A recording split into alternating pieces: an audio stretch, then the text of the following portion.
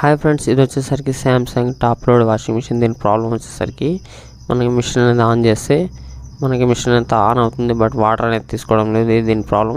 మనం వచ్చి చెక్ చేసాము. ఏం చేస్తామంటే ఫస్ట్ వచ్చేసరికి మనం ఓపెన్ చేస్తే మనకి ఈ విధంగా అయితే ఇన్లెట్ వాల్ అయితే బర్న్ అయిపోయింది. ఈ విధంగా ఎందుకు బర్న్ అవుతుందంటే మనకి ఓవర్ వోల్టేజ్ కానీ హై వోల్టేజ్ కానీ లేదంటే మనకి డస్ట్ అనేది క్లీన్ చేయకపోతే ఎక్కువసేపు అనేది రన్నింగ్లో ఉంటే వాల్ అనేది ఎక్కువ హీట్ అయిపోయి కూడా ఈ విధంగా అయితే బర్న్ అవ్వచ్చు.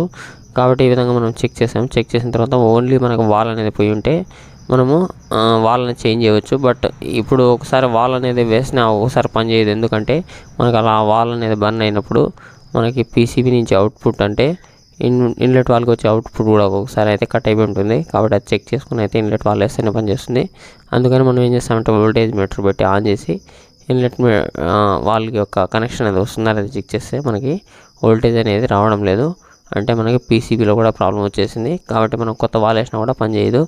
ఇప్పుడు మనం పీసీబీ అయినా చేంజ్ చేయాలి, అంటే పీసీబీ అయినా రిపేర్ చేయించుకోవాలి.